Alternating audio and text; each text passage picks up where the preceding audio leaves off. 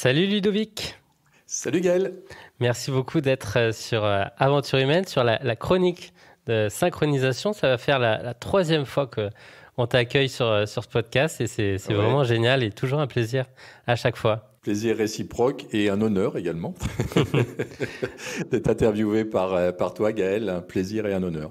Tu étais passé sur le numéro 4. Je me rappelle, j'avais osé te rencontrer et te solliciter lors d'une conférence, d'un événement. C'est fort lointain tout ça. Et puis on avait profité aussi évidemment de la période de confinement pour prendre des nouvelles et voir un petit peu comment tu abordais cette nouvelle période. Et donc voilà, presque 2 ans après, on revient faire le point et se synchroniser parce que ça fait du bien. Ouais, et avec grand plaisir te donner des nouvelles et des nouvelles à tes auditeurs. Ouais. Du coup, il y a eu plein de choses qui se sont passées, évidemment. Tu es un entrepreneur et tu entreprends évidemment ta vie. Donc, je pense qu'on va pouvoir parler de livres, on va parler de programmes, de formation, d'accompagnement. Mais en premier, je voulais revenir sur la dernière notion que tu avais partagée dans l'épisode précédent sur quand il y a des crises, il y a forcément des opportunités et tu abordais cette période de changement, de bouleversement avec cet angle-là. Est-ce que du coup, tu peux nous partager quelles ont été les opportunités que tu as identifiées ou saisies sur les 2 dernières années? Oui, mais déjà, les choses ont été étonnantes en fait avec cette crise, on va dire, ou avec la Covid. Parce que et on était à un séminaire donc Imosen où tu étais présent et c'était il y a un petit peu moins de 2 ans donc et en fait j'avais dit aux participants de toute manière voilà il y en a pour quelques mois et puis après on n'en entendra plus parler de ce virus. Qu'est-ce que je me suis trompé? Qu'est-ce que je me suis trompé? Donc, ça montre que, en fait, on maîtrise rien, on contrôle rien. C'est que on a intérêt à se laisser porter par la vie, parce que si on veut forcer, si on veut contrôler, bah souvent on fait des bêtises, on fait des erreurs. C'est ce que j'ai fait encore à ce moment-là. C'est ce qui m'arrive encore de faire aujourd'hui. Toi, j'étais en train de faire un point également sur moi-même là, avec Valérie il y a quelques jours. Et puis, j'étais pas en pleine forme fin d'année, puis ce début d'année. Et je suis allé voir pourquoi. Alors pourquoi? Bah parce que j'avais fait plusieurs propositions pour acheter des biens immobiliers, ça n'a pas fonctionné.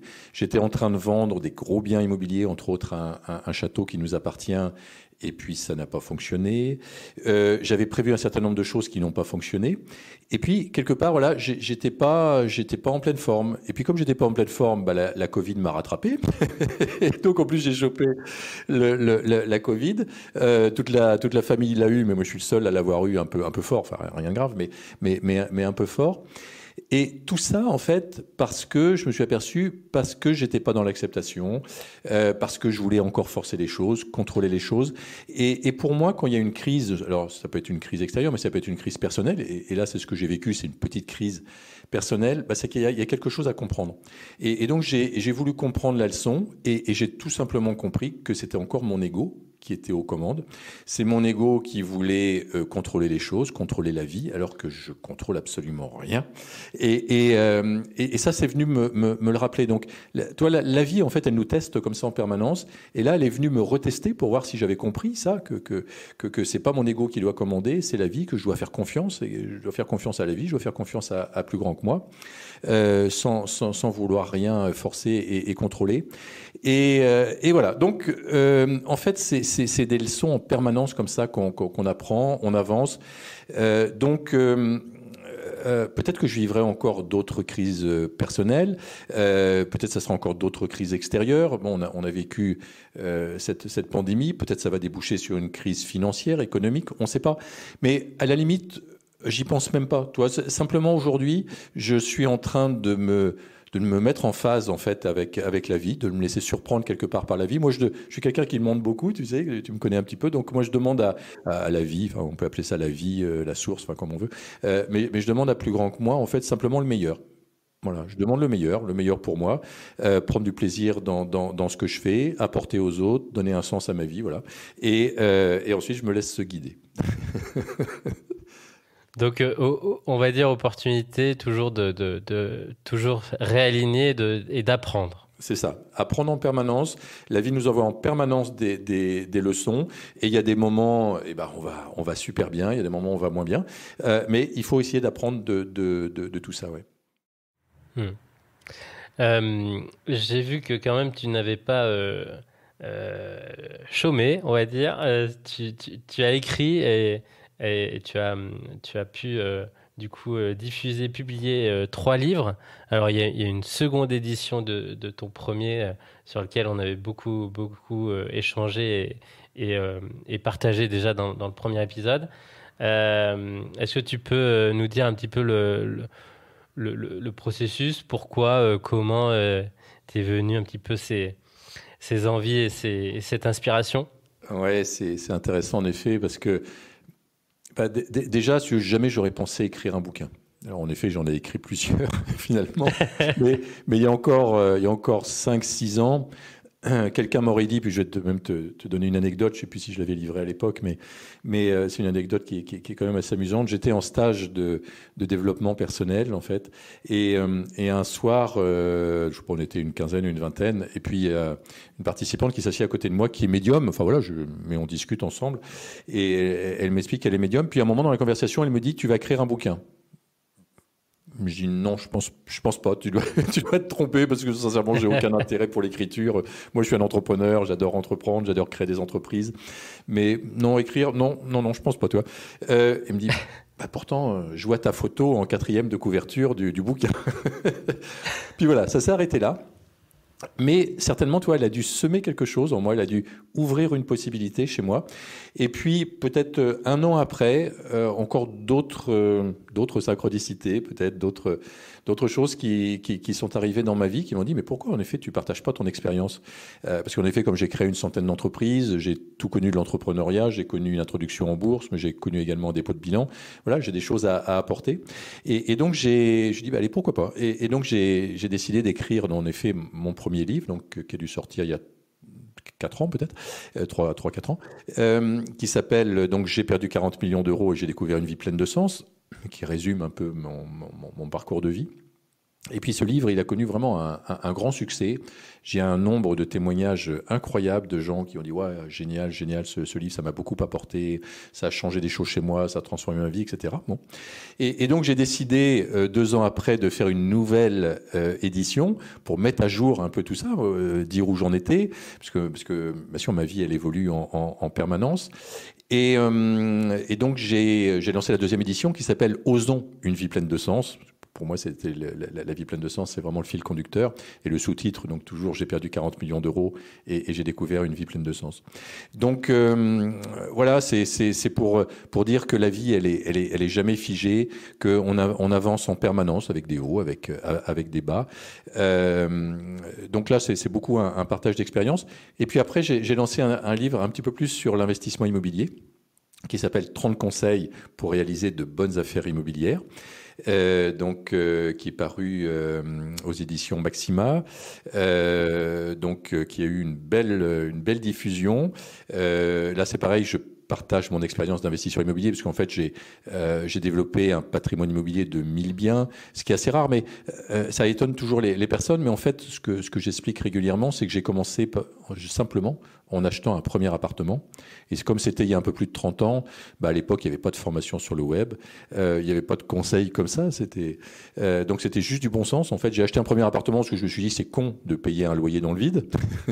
Donc, dès que j'ai eu mon premier CDI, voilà, j'ai premier appartement.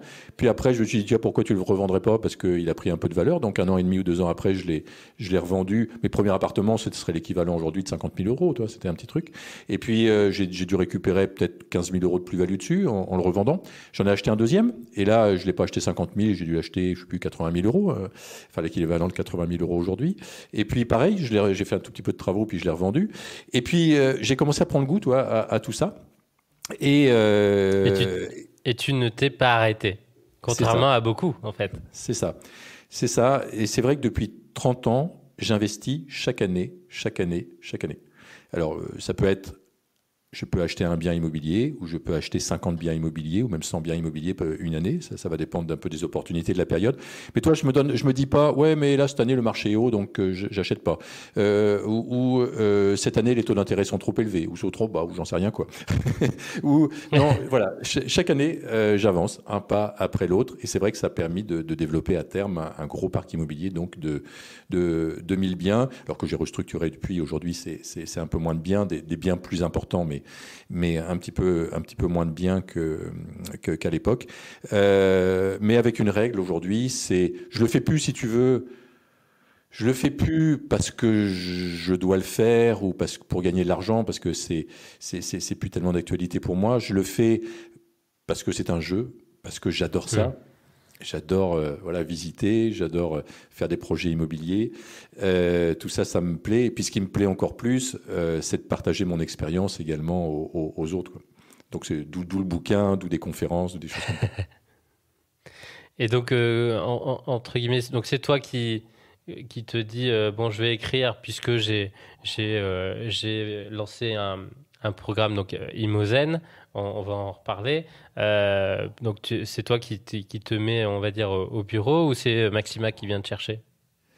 Non, c'est moi qui me mets, qui me mets au boulot. C'est moi qui me mets au boulot parce que, tu vois, je veux pas être dépendant en fait de quelqu'un d'autre. Donc moi j'écris, puis je sais pas, peut-être je publie, peut-être je publie pas, peut-être j'auto-édite. Donc non, je les connaissais pas. J'ai écrit à quelques éditeurs, et puis dedans il y avait Maxima, et puis Maxima a répondu positivement, et puis voilà. Donc maintenant tu as pris goût vraiment à l'écriture. Ouais, j'écris. Au début, c'est vrai que ça a été une discipline, en fait. Toi, je me suis dit, allez, j'écris 1 heure tous les matins, par exemple. Je m'étais mis cette discipline parce que sinon, je me suis dit, jamais je vais me lancer.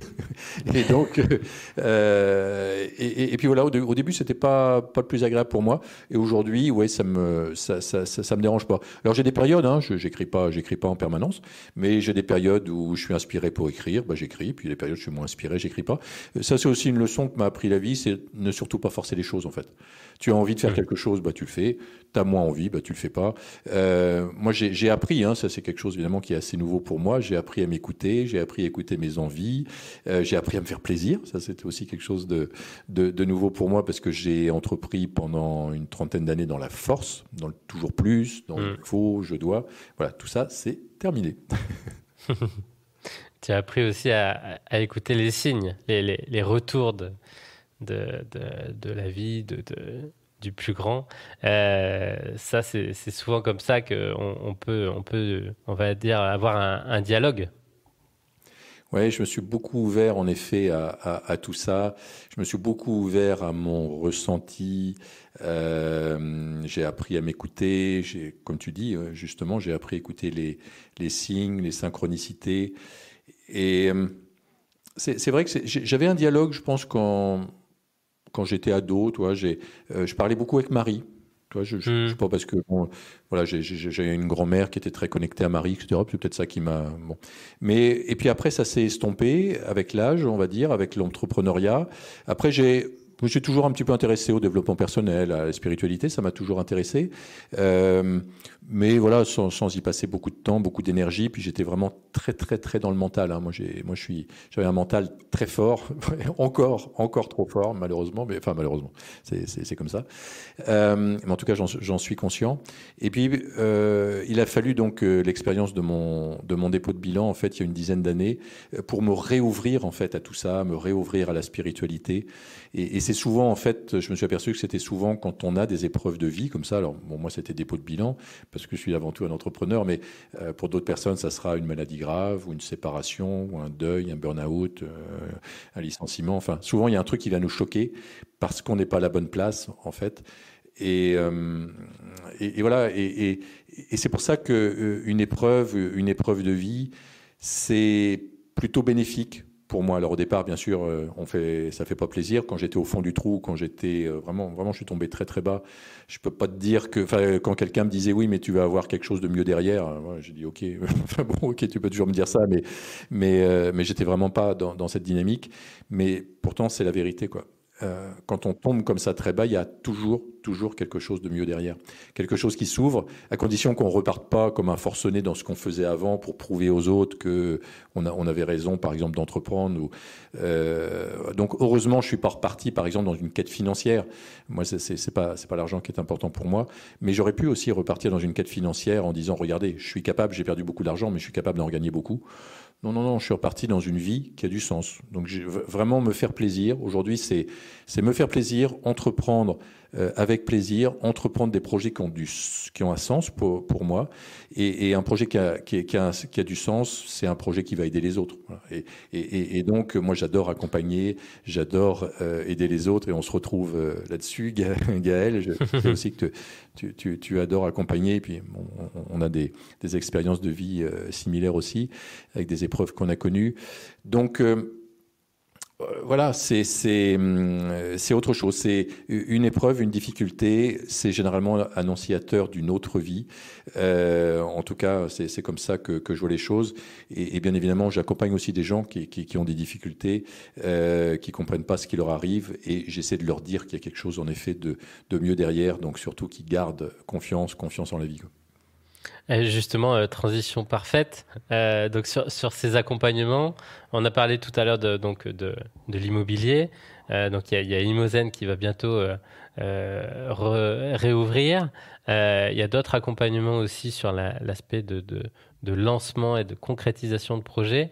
Est-ce que tu peux nous en dire un peu plus et sur l'aspect justement peut-être projet, que ce soit immobilier ou pas, quel est, on va dire, peut-être le premier conseil ou la première clé pour se mettre en route, pour oser, pour passer à l'action?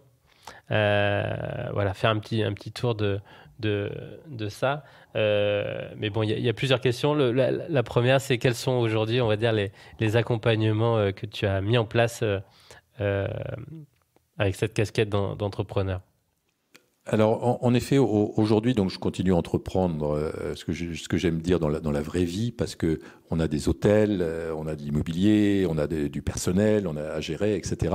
Donc ça, c'est la vie d'un entrepreneur et les emmerdements, je dirais, quotidiens d'un entrepreneur, mais ce qui me permet de mieux accompagner également des entrepreneurs. Puis l'autre moitié de mes activités, en effet, qui me passionne vraiment, c'est la transmission. Donc la transmission pas simplement de mon expérience, de tout ce que je sais faire. Il y a des choses que je sais pas bien faire, mais il y a des choses que je sais très bien faire. Donc, je transmets. Alors, pour répondre à ta question, sous quelle forme? Donc, il y a... Alors, sous la forme de ce que j'aime bien faire. Alors, qu'est-ce que j'aime bien faire? C'est, par exemple, des ateliers en ligne, c'est des coachings de groupe en ligne. Alors, je fais un petit peu d'accompagnement individuel, mais très peu sous forme de mentorat, par exemple. Donc, j'ai quelques personnes que je suis en mentorat, mais je manque de temps pour ça. Donc, des entrepreneurs que je suis en mentorat. Mais sinon, donc, plutôt sous forme de coaching de groupe. Donc, j'ai des programmes. Donc, j'ai un programme qui s'appelle Imozen. Donc, en effet, ça va être le sixième édition d'Imozen. Déjà. Et oui, et un Imozen nouvelle génération, tout simplement parce que bon, le monde a beaucoup changé depuis 2 ans et l'immobilier a énormément changé depuis 2 ans. C'est-à-dire qu'on n'achète plus, on ne prospecte plus de la même manière qu'il y a 2 ans. On n'achète plus de la même manière. On ne discute plus avec un vendeur de la même manière qu'il y a 2 ans. On fait plus des travaux de la même manière qu'il y a 2 ans. Très difficile de trouver des entreprises. Difficile de trouver des hommes, des matériaux. Il y a bien sûr des solutions. On ne finance plus son bien comme il y a 2 ans, etc., etc. Tout a totalement changé. Et donc, dans mes enseignements, comme moi je les vis, et bien évidemment, ces changements, parce que je continue à acheter, j'achète, je vends, etc., eh bien, je transmets mon expérience par rapport à ça. Et donc, c'est un Imozen nouvelle génération, en effet, qui va arriver. Pour la première fois également, je vais avoir des coachs à mes côtés. Avant, j'étais tout seul. Mais là, je vais avoir un coach, par exemple, qui va enseigner à mes côtés la construction écologique, un autre qui va enseigner plus ce qui est juridique, fiscal, comptable, un autre qui va enseigner plus passage à l'action, c'est ta question d'après. Comment on passe à l'action en effet, parce qu'on peut avoir tout un tas de peurs. Un autre qui va faire plus du suivi pédagogique. Enfin voilà, j'étoffe un petit peu en fait, Imozen. Ouais. Parce que je m'aperçois aussi qu'il y a plein de choses que certaines personnes font beaucoup mieux que moi. Donc autant les laisser faire et puis leur permettre également de prendre leur essor. Et puis j'ai également des programmes davantage sur l'entrepreneuriat où j'aide les entrepreneurs. J'aide les entrepreneurs à lancer leurs projets, j'aide les entrepreneurs à lancer leur entreprise ou la développer. Voilà, et tout ça, parce que c'est le maître mot hein, pour moi de l'entrepreneuriat, tout ça, on va dire dans la joie, dans le plaisir, voilà, quand je lance un programme ou quand je fais un atelier en ligne avec des participants, ça me fait plaisir. Quand tu m'as demandé de participer donc à ton podcast et on fait une interview, j'étais ravi parce que bon, on a échangé bien sûr avant, on a partagé nos expériences, mais également de pouvoir aider certaines personnes. Je suis ravi.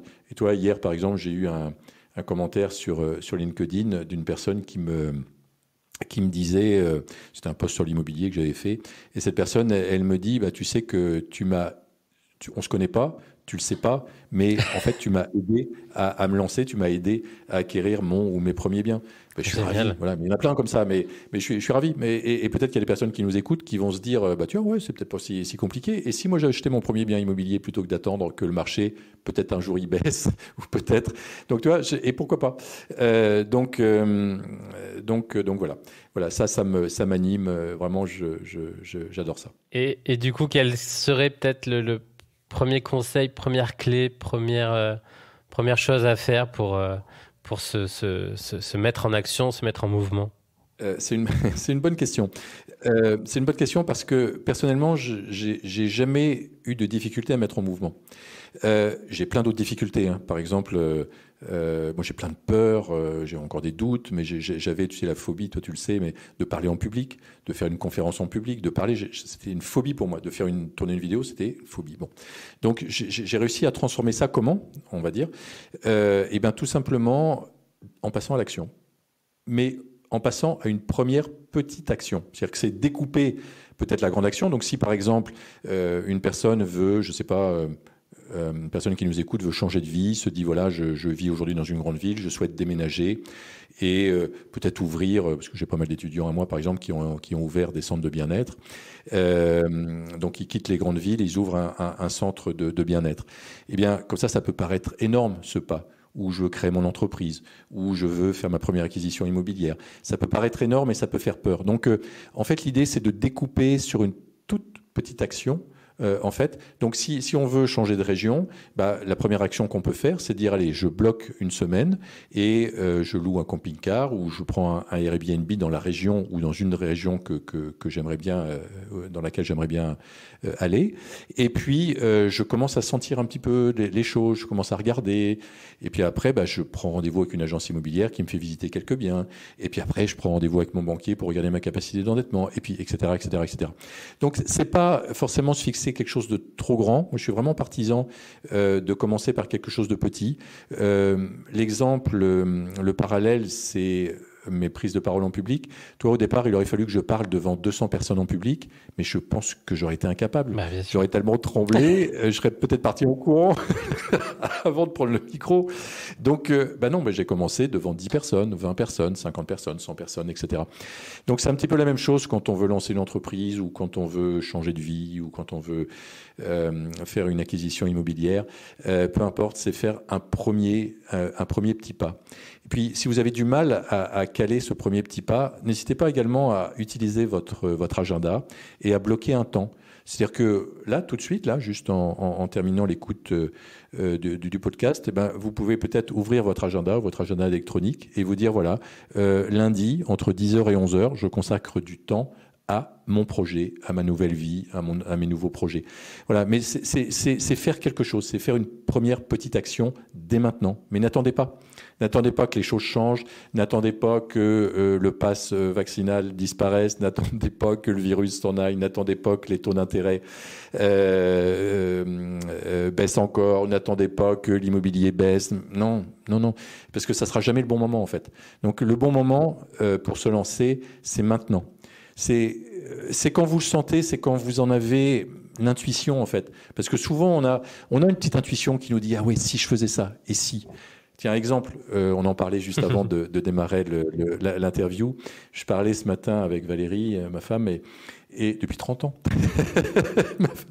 Voilà, donc je le dis parce que souvent ça fait sourire les personnes. Ouais, 30 ans de vie commune, c'est quand même rare. Bravo. Et c'est beau. Oui, merci. Mais ça n'a pas toujours été facile. Hein. C'est ça qui est facile. Encore plus beau.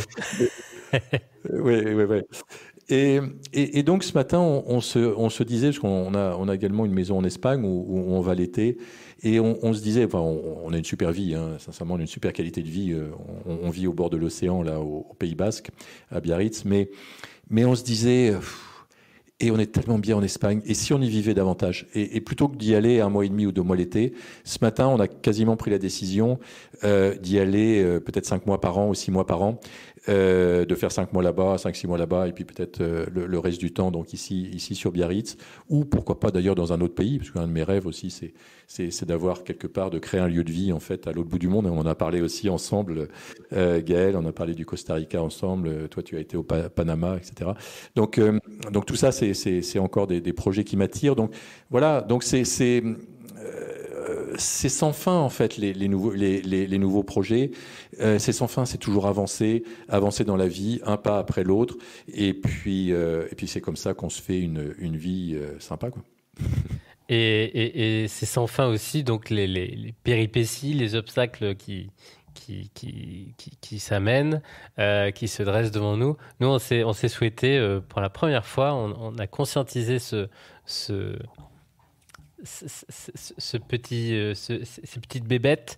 On s'est souhaité une bonne année avec évidemment de l'énergie, une belle forme, mais aussi toutes les ressources pour traverser ces obstacles, ces péripéties, ces petites galères qui arrivent quand on lance et quand on avance dans ces projets. Bien évidemment, et tu as raison d'appuyer là-dessus, c'est-à-dire que bien évidemment, quand on lance des projets, il y a des obstacles, il y a des difficultés.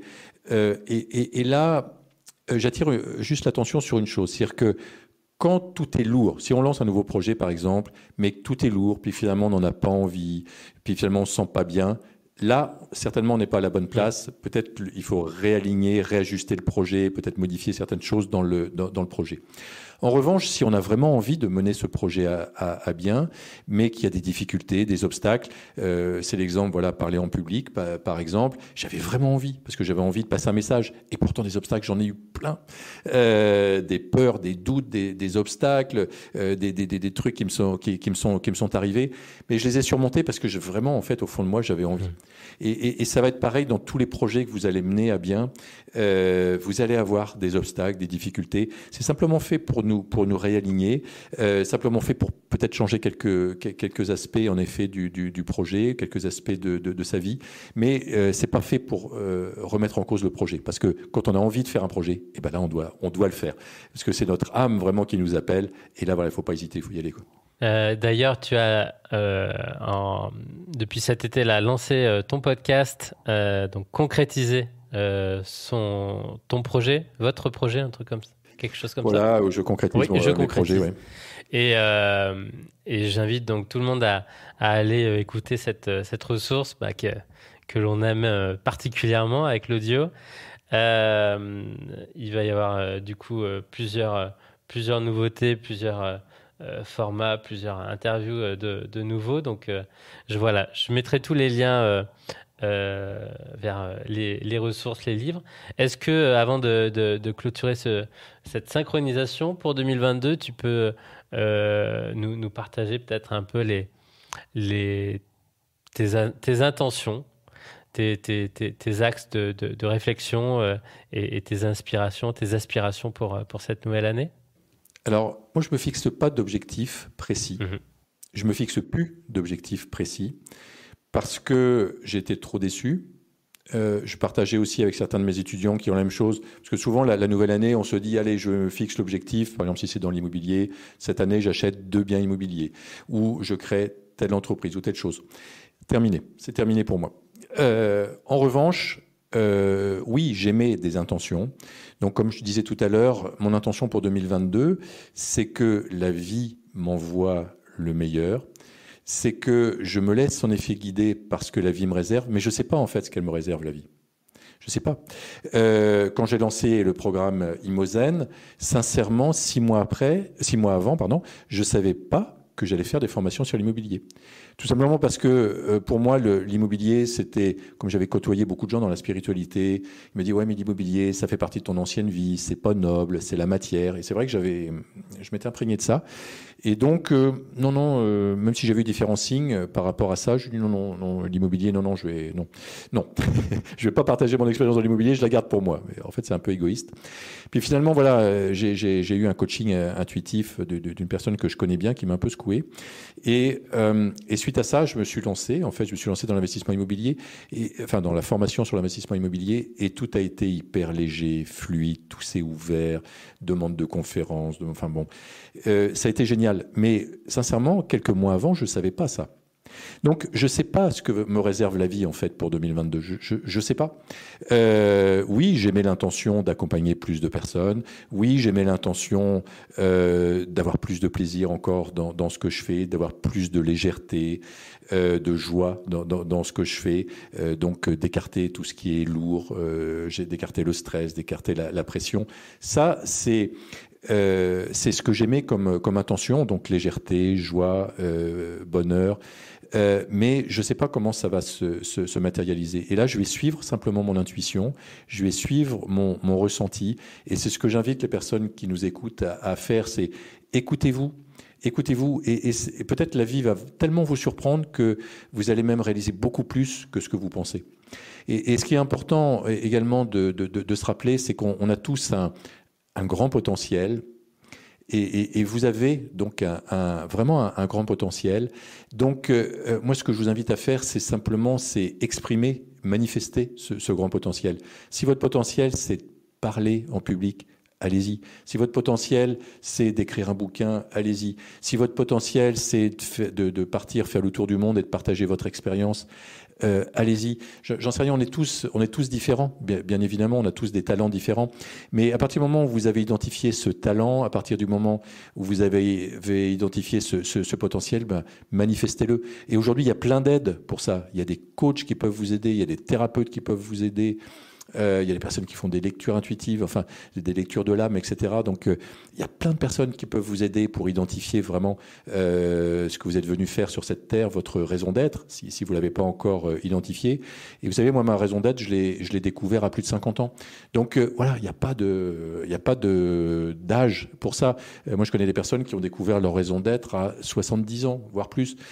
Donc il n'y a pas de problème, tout est encore possible pour chacun d'entre nous et vraiment on peut vivre une belle vie en fait chacun d'entre nous, quel que soit notre âge, quelles que soient nos conditions, quels que soient nos moyens financiers, c'est pas ça qui est important. Très très beau message, merci beaucoup Ludovic pour finir cette synchronisation. Je pense que ça aura ouvert en tout cas la porte et parlé à beaucoup de gens. Super, j'en serais vraiment ravi.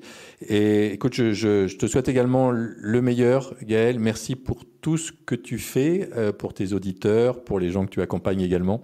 Donc merci et bravo pour ce que tu fais ou ce que vous faites, parce que vous faites en couple, et ça c'est encore mieux, je trouve. Un grand merci pour ce feedback. Merci beaucoup Ludovic, et puis donc à très bientôt. J'invite tout le monde à aller voir dans la description les notes pour aller approfondir avec toutes les ressources que tu nous as partagées. Merci beaucoup. Avec grand plaisir. Et du coup, à l'année prochaine. À très bientôt. Je vous souhaite le meilleur.